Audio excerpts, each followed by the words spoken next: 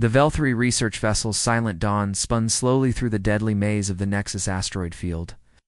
Its once pristine hull, now covered in deep gashes and burn marks. Sparks flew from damaged control panels as Captain Rexara gripped his command chair, feeling another violent shake rock the ship from bow to stern. "Captain, we've lost another stabilizer," called out Engineer Tilmesh from across the cramped bridge, her 6 arms working frantically over a smoking console.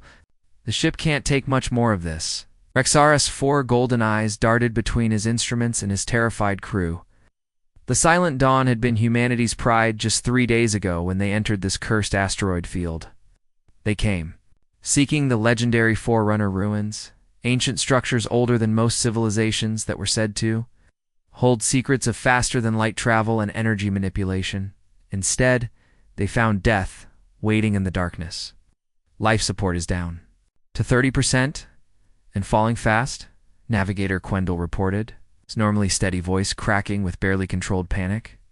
His pale blue skin had turned an unhealthy gray color. "At this rate, we have maybe 6 hours of breathable air left." The bridge fell silent except for the ominous groaning of stressed metal and the hiss of escaping atmosphere from microfractures. In the hull, through the main view screen, massive asteroids tumbled past like sleeping giants, some as large as moons, their surfaces scarred by millions of years of cosmic collisions. "Sir," whispered Communications Officer Rendell, her voice barely audible above the ship's dying systems, "I'm picking up engine signatures. Multiple contacts approaching from the nebula's edge." Rexara felt his heart sink. He knew those signatures. "Gorvan raiders," he said grimly. "How long until they reach us?" 57 minutes, Captain. Maybe less if they push their engines." Corvan were the nightmare of every peaceful species in this sector. They swept through space in their jagged, weapon-covered ships, capturing crews for the slave markets and stripping vessels down to bare metal. They showed no mercy to researchers, explorers, or anyone unlucky enough to cross their path. Dr. Zilandra, the expedition's lead archaeologist, looked up from her research station where she had been desperately trying to decode Forerunner hieroglyphs. "Captain, if we could just reach the ruins on that largest asteroid, perhaps the Forerunner technology could help us. Their energy signatures are still active after all these millennia." "The engines are completely dead, Doctor, Chief Engineer," Vexarin replied, pulling himself up from an access hatch, his uniform singed and torn. "We're not going anywhere. Oh. The quantum drive matrix was shattered when that asteroid cluster hit us. Even if we had parts, which we don't, repairs would take weeks." Young Science Officer Kelmer, barely out of the academy, spoke up from his sensor station. "Captain, what about the emergency protocols? Surely the consortium patrol ships monitor this region?" Rexara wanted to give the young officer hope, but he knew the truth. "The nearest consortium base is 16 light-years away, son. Even if they received our signal immediately, their fastest ships would take days to reach us." The ship shuddered again as another piece of debris struck the weakened shields. Red warning lights bathed the bridge in an eerie crimson glow, and the air was getting thinner by the minute. "Send the distress signal," Rexara commanded, his voice heavy with resignation. "All frequencies, maximum power. Standard consortium emergency protocols, species identification, our research mission status, and current situation." Communications Officer Rendell's fingers danced over her console as she composed the message. The universal distress beacon contained everything a rescue ship would need, their exact coordinates, species biology for medical assistance, ship specifications, and a desperate plea for immediate help. "Signal transmitted, Captain," she reported, broadcasting on all emergency channels. The message burst outward from the dying ship at the speed of light, carrying with it the hopes and fears of 38 souls trapped in the void. It spoke of peaceful researchers studying ancient mysteries, of systems failing and air running out, of pirates closing in like hungry predators. But the galaxy was vast and full of dangers. Most species had learned to be cautious about responding to unknown distress calls. Pirates often used false signals to lure rescue ships into traps. Even legitimate calls might lead responders into territory controlled by hostile forces. What Captain Rexara and his crew didn't know was that they're desperate. Transmission had been intercepted by sensors far more advanced than anything in Consortium. Space. Deep in the unexplored regions beyond the galactic rim, the human exploration fleet of the Terran Republic was conducting long-range reconnaissance when there. Communication arrays detected the alien cry for help. Admiral Kim Jae-ho stood on the bridge of the massive battleship Iron Resolve, studying the decoded message with growing concern. Humans had only recently developed faster-than-light travel, but their ships were built tough, and their crews trained for any situation. When someone called for help, humans answered, no matter who was calling or how dangerous the rescue might. The bridge of the UES Iron Resolve hummed with the quiet efficiency that marked all human warships. Admiral Kim Jae-ho sat in his command chair, reviewing star charts on his personal display when Communications Officer Park Da-yoon suddenly straightened at her station. Admiral, we're receiving an alien distress signal, she announced, her voice cutting through the bridge's usual calm atmosphere. Every head on the bridge turned toward her station. In 4 months of deep space exploration, the human fleet had discovered dozens of worlds, mapped 3 solar systems, cataloged countless phenomena. But they had yet to encounter a single sign of intelligent alien life. Admiral Jae-ho rose from his chair, his weathered face showing the kind of interest that came from 20 years of space service. At 52, he had commanded everything from patrol boats to dreadnoughts, but this was uncharted territory even for him. Put it through the main speakers, Lieutenant. The bridge filled with an otherworldly transmission, strange harmonics, and frequencies that made the hair on everyone's arms stand up. The universal translator worked furiously to decode the alien language, producing fragments of meaning that slowly formed into desperate words. Analysis, Lieutenant? Jae-ho asked, moving to stand behind Park Da-yoon's station. Her fingers flew over her console as multiple screens displayed waveform patterns, mathematical models, and linguistic breakdowns. The signal contains complex mathematical sequences and detailed star charts, sir. The AI confirms this is definitely from an artificial intelligence or at least a highly advanced organic species. Based on the patterns and repetition, the linguistics computer suggests they're under attack and in immediate danger. The main view screen flickered to life, showing Captain Lee Sung-min aboard the escort carrier Stormwing. His normally cheerful face was serious as he leaned forward in his command chair. Admiral, my xenobiology team has been analyzing the transmission. Dr. Kim Hae-won says the biological indicators in the signal suggest a carbon-based species with multiple cardiovascular systems. These aren't just random signals. These beings are genuinely terrified and running out of time. Lieutenant Commander Yoon Tae-hyun, the fleet's intelligence officer, stepped forward with a datapad in his hands. Sir, I've been tracking the signal's origin point. It's coming from the Nexus asteroid field approximately 4 light-years from our current position. That's known pirate territory according to our long-range surveys. Pirates, Admiral Jae-ho's expression darkened. Throughout human history, pirates had been the enemy of all decent people. It seemed that hadn't changed just because humanity had reached the stars. Yes, sir, Yoon continued. We've detected multiple raider groups operating in that sector. They typically prey on mining operations and research vessels. Captain Lee Sung-min's image on the screen nodded grimly. Admiral, whoever sent this signal, they're facing the same kind of scum we've been fighting for centuries. The only difference is these pirates operate in space instead of on the high seas. Admiral Jae-ho looked around his bridge at the faces of his crew. He saw navigator Seo Jinwoo plotting courses, weapons officer Lim Mai-noon running diagnostics on the ship's massive railgun arrays, and engineering chief Park Dong-hyein monitoring the fusion reactors that powered their vessel. These were good people, the kind who had volunteered to spend years in deep space exploring the unknown for the benefit of all humanity. The decision came naturally, as easily as breathing. In the old Earth navies, ships responded to distress calls regardless of nationality or politics. In the space age, humanity had carried that tradition to the stars. Signaled the fleet, Jae-ho commanded, his voice carrying the authority of absolute certainty. All ships, maximum burn to those coordinates. Emergency protocols are now in effect. We have people to save. The bridge erupted into controlled activity as his crew carried out their orders. Park Dayun's fingers danced across her communications array, sending coded messages to every ship in the fleet. Navigation computers recalculated courses while engineering sections prepared to push their fusion drives far beyond normal operating parameters. Admiral called out Chief Engineer Park Dong-haeon from his station. Pushing the reactors this hard will stress our systems. We're talking about sustained maximum thrust for over 6 hours. Then we'd better hope our ships are as tough as the people who built them, Jeho replied. All ships, engage maximum thrust. I don't care if we have to rebuild every engine in the fleet afterward. We're not leaving anyone to die at the hands of pirates. The massive human fleet began its course change like a pack of hunting wolves responding to a distress call from their own kind.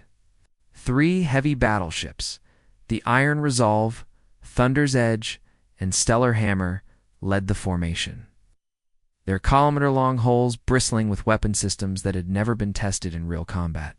Behind them came 12 destroyers, 2 assault carriers, and a medical ship equipped with the most advanced trauma facilities human science could produce. The ship's fusion drives flared to brilliant life, pushing exotic matter through magnetic fields to achieve thrust levels that would have been impossible just decades earlier. Warning lights flashed throughout the fleet as automated systems registered the extreme acceleration. But every human aboard knew why they were pushing their ships to the breaking point, 4 light-years away. Aboard the dying Velthary Research vessel Silent Dawn, sensor operator Vea Kenny stared at his displays in growing amazement and fear. The long-range sensors, running on backup power and barely functional, had detected something impossible approaching through hyperspace, Captain Vecthani whispered, his voice barely audible above the groaning of the ship's failing systems. Something's coming. Multiple contacts, massive energy signatures, sir, ... These ships are bigger than consortium dreadnoughts, and they're moving faster than anything in our databases. Captain Rexara moved to the sensor station on unsteady legs, his 4 eyes widening. As he saw the readings, whatever was coming toward them possessed technology that shouldn't exist. Ships that large shouldn't be able to move that fast, and the energy output from their drives was off any known scale. How long until they reach us, he asked. At their current speed, less than 20 minutes, Captain? The Velthary crew looked at each other with mixtures of hope and terror. Their distress call had been answered, but by whom? The Corvin raider pack emerged from the shadow of a massive asteroid like predators, sensing wounded prey. 7 sleek vessels with hulls covered in jagged spikes and weapon ports moved in perfect formation toward the dying Velthary research ship. Captain Zethkar stood on the bridge of his flagship Blood Talon, his scarred face twisted into a cruel smile as he watched the helpless alien vessel drift through space. Look at that beautiful sight, Zethkar growled to his crew, his yellow eyes gleaming with greed. The Corvin captain was a veteran of 100 raids, his armor decorated with trophies taken from previous victims. Research vessel, probably loaded with valuable technology and healthy specimens for the slave markets. His second-in-command, a brutal warrior named Greshtok, checked his weapon systems. Their shields are down, Captain. Life support is failing. They can't run, and they can't fight. Perfect, Zethkar replied, settling into his command throne. Deploy the boarding pods and capture nets. I want the crew alive. Scientists always bring the highest prices. But first, let's have some fun with them. The Corvin ships spread out in attack formation, their plasma cannons charging with deadly energy. Zethkar loved this part, the moment when his victims realized they were about to become slaves or corpses. He opened a communication channel to the Velthary ship, ready to deliver his usual threats and demands.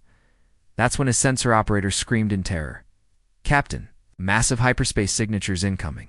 Multiple contacts, enormous energy readings. 4. Zethkar could respond. Space itself seemed to tear open as 18 colossal human warships dropped out of hyperspace in perfect formation.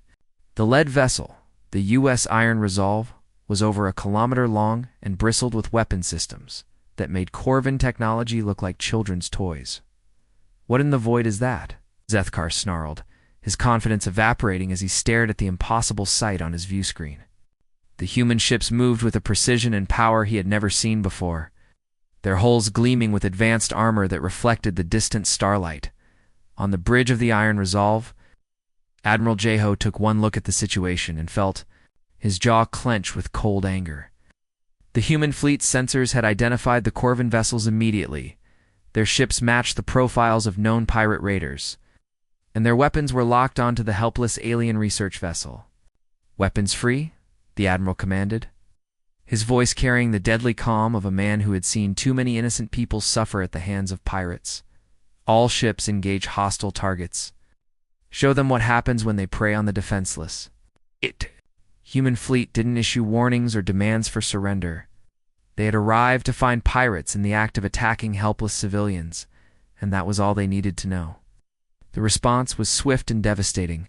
Lieutenant Commander Yoon Taehyun, the fleet's tactical officer, coordinated the attack with surgical precision. "Targeting solutions locked. All ships report ready to fire." "Dar." Admiral Jeho said simply. The void erupted in brilliant flashes of destruction as the human fleet unleashed its full firepower. Railgun rounds, accelerated to significant fractions of light speed by magnetic coils, tore through Corvin armor plating like it was tissue paper. The kinetic energy alone was enough to vaporize entire sections of the pirate ships, plasma batteries, running at temperatures hotter than the core of most stars, turned the raiders' vessels into expanding clouds of superheated gas and twisted metal. Advanced particle beam weapons sliced through Corvin hulls with surgical precision, targeting engine cores and weapon systems with devastating accuracy. Captain Zethkar watched in horror as his fleet was systematically destroyed around him. His most powerful ship, the Bone Crusher, simply vanished in a brilliant flash as human. Railgun rounds punched completely through its hull and detonated its reactor core. Another raider tried to flee, only to be caught by a spread of plasma. Torpedoes that reduced it to cosmic dust returned fire. "Our weapons." Zethkar screamed, but his crew was already dead or dying as the blood talon came apart around him. The engagement lasted exactly 4 minutes and 37 seconds, from first shot to the destruction of the last pirate vessel. Aboard the Silent Dawn, Captain Rexara and his crew watched the battle in stunned amazement. The mysterious ships had appeared from nowhere and annihilated their attackers with an efficiency that bordered on the supernatural. Now the alien vessels were approaching, and Rexara wasn't sure if they had been rescued or simply captured by different predators. "Launching rescue pods," announced Captain Choi Minho from the assault carrier Thunderstrike. His ship immediately began deploying dozens of sleek boarding craft toward the damaged Velthari vessel. "All marine units, prepare for emergency boarding operations." Full medical and engineering support, the human rescue pods attached to the Silent Dawn's hull with gentle precision, their advanced docking systems creating perfect seals despite the extensive damage to the alien ship's exterior. The airlocks cycled with a soft hiss, and then armored figures began entering the Velthari vessel.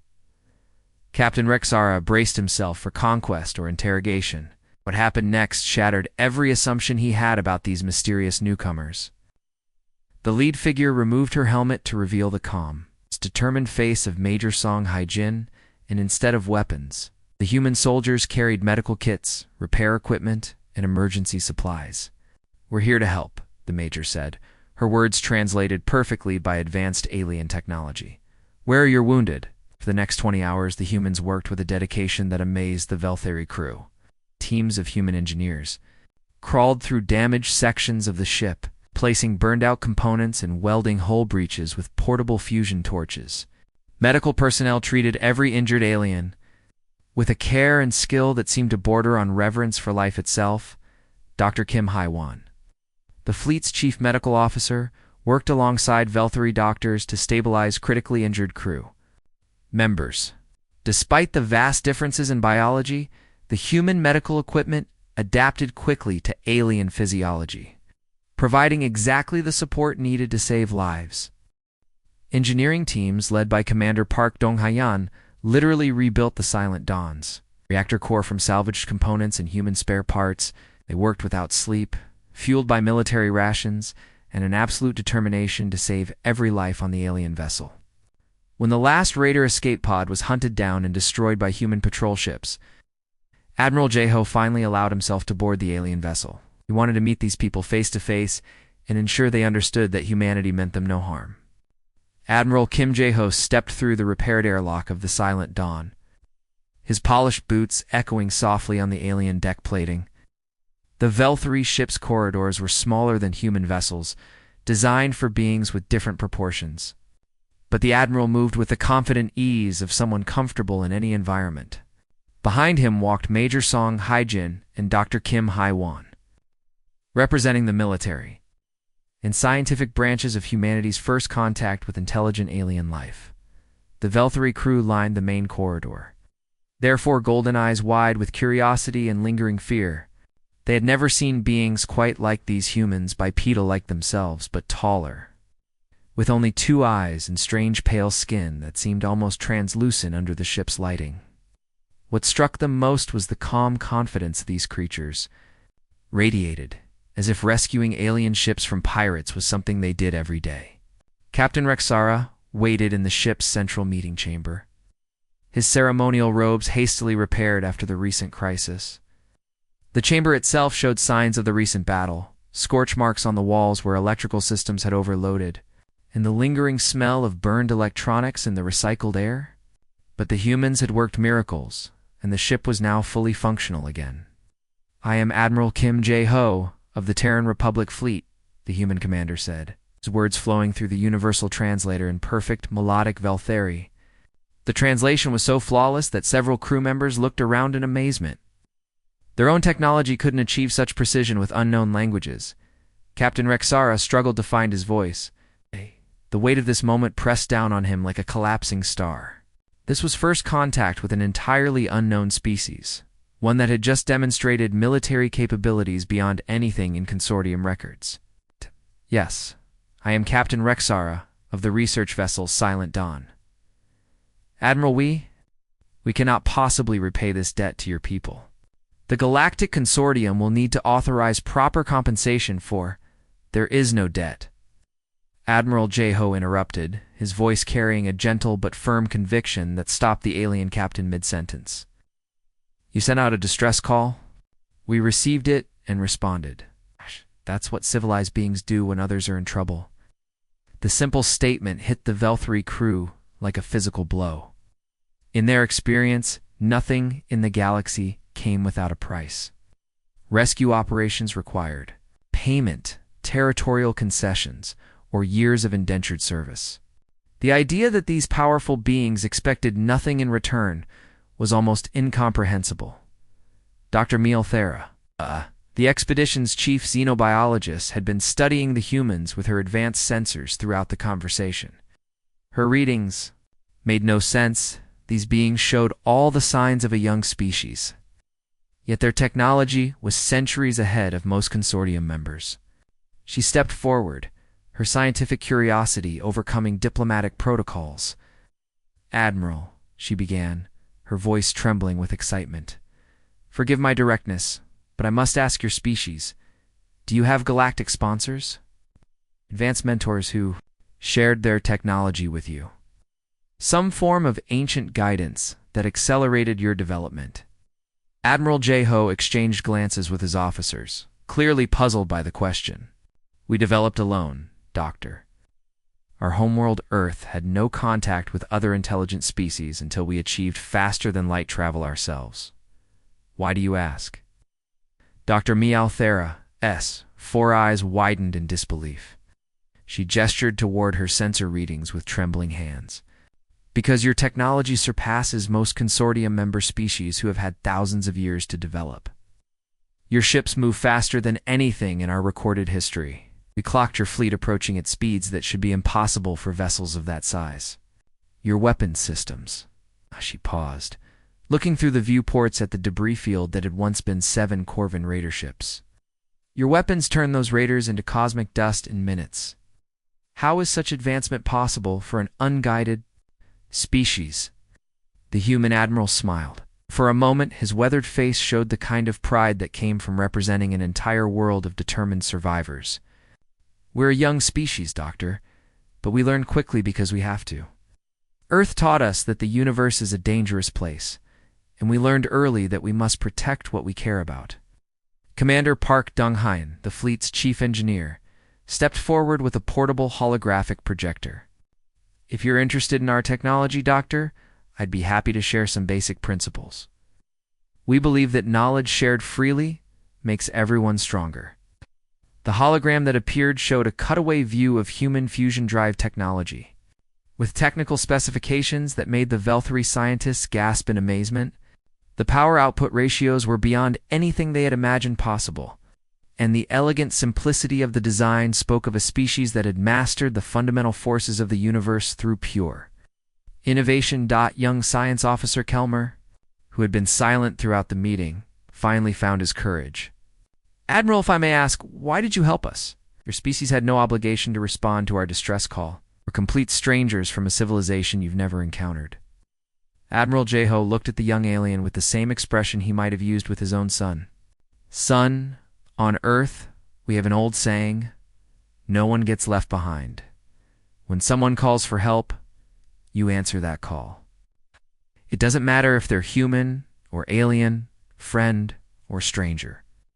Life is precious, and protecting it is what separates civilization from chaos. The profound simplicity of the statement left the Velthari crew speechless. These humans had risked their lives, their ships, and their crews to save complete strangers, simply because it was the right thing to do. Captain Rexera knew he had to report this encounter immediately. His hands shook as he activated the quantum communication array, establishing a direct link to Consortium's Central Command. The encrypted message contained detailed sensor scans of human technology, recordings of the battle with the Corvin Raiders, and a complete analysis of human military capabilities. The response from Consortium Central came within hours, and it was unlike anything in galactic history. Emergency sessions were called on dozens of worlds as the shocking news spread through diplomatic channels. An entirely new species had emerged from unexplored space, one that possessed technology rivaling the ancient Forerunners, but chose to use that power to protect the innocent rather than conquer the weak. As Admiral Jeho prepared to return to his own ship, Captain Rexera made a decision that would change the course of galactic history. Admiral, would your people be interested in establishing formal diplomatic relations with the Galactic Consortium? I believe there is much our civilizations could learn from each other. The human admiral smiled and extended his hand in the universal gesture of friendship. Captain, I think that's exactly what the galaxy needs. People working together instead of preying on each other. Neither leader could have imagined that. This simple handshake between two ship captains would eventually lead to the greatest alliance in galactic history, one that would transform the entire nature of interstellar civilization. The towering spires of Consortium's Central Command stretched into the artificial atmosphere of Nexus Prime, the neutral station that served as the galactic government's headquarters. Within the massive council chamber, representatives from 43 different species gathered for the most important emergency session in recorded history. The circular amphitheater buzzed with nervous energy as beings of every conceivable shape and size took their assigned positions. Ambassador Krathfer of the militant hegemony slammed his armored fist against his speaking podium, the sound echoing through the chamber like a gunshot. The reptilian warrior's scales gleamed blood-red under the council lights as he rose to his full, intimidating height. These humans are a clear and present threat to galactic stability, he roared, his voice carrying the authority of someone who had conquered 12 star systems. They possess weapons technology that could shatter our combined fleets like glass. Murmurs of agreement rippled through sections of the council chamber, particularly from the military-focused species who understood the implications of what they had witnessed. The sensor recordings from the Velthari encounter showed human ships moving at impossible speeds and wielding firepower that defied known physics.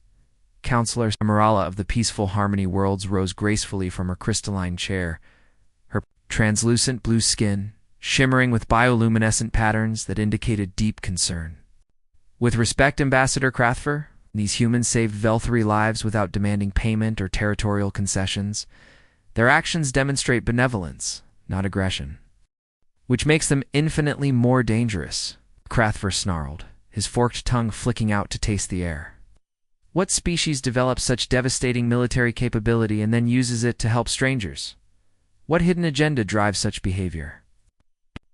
Elder Vexmarin of the Ancient Sage Collective slowly unfurled his massive tentacled form, speaking in the harmonic tones that his species used for formal discourse.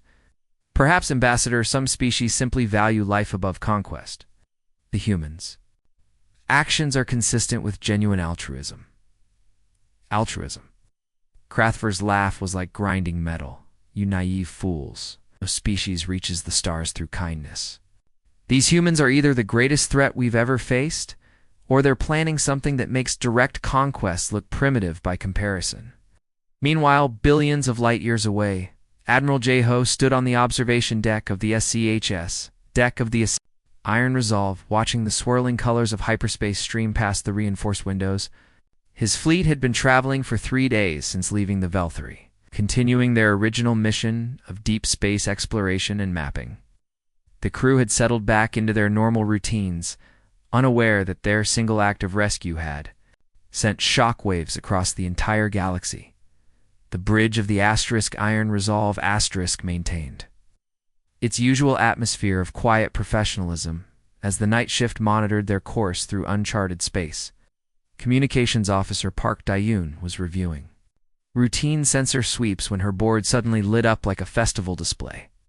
"Admiral to the bridge," she announced over the ship's intercom, her voice tight with surprise. Admiral Jeho arrived within minutes, still pulling on his uniform jacket. "What's the situation, Lieutenant?" Park Dayun turned from her console, her face showing a mixture of amazement and concern. "Sir, we're receiving multiple distress signals, dozens of them, all across this sector." "How many exactly?" Jeho asked, moving to stand behind her station. Her fingers danced over the controls as she compiled the data. 47 different transmissions, Admiral. Various species, different emergency types, ship breakdowns, pirate attacks, medical crises, natural disasters. But sir, they're all specifically requesting help from the humans who answer the call. The Admiral stared at the tactical display as it populated with blinking emergency beacons scattered across hundreds of light years. Each beacon represented beings in desperate trouble, and somehow word of humanity's rescue of the Velthary had spread faster than their ships could travel, Captain.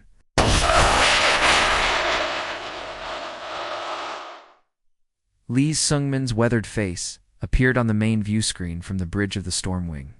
"Admiral, my communications team is reporting the same thing. We're also picking up general broadcasts, news reports, government announcements, even what appears to be religious ceremonies. The entire galaxy is talking about us." "What are they saying?" Jeho asked. "Mixed reactions, sir. Some are calling us saviors. Others are labeling us as a potential threat. But the distress calls keep coming. Species we've never heard of are begging for our help, with everything from plague outbreaks to asteroid impacts." Admiral Jeho studied the star map, each blinking light representing people in need. He thought about the oath every Terran Republic officers swore when they accepted their commission: to serve, to protect, to answer the call of those in need, regardless of species or reward. Those weren't just words, they were the foundation of everything humanity stood for among the stars.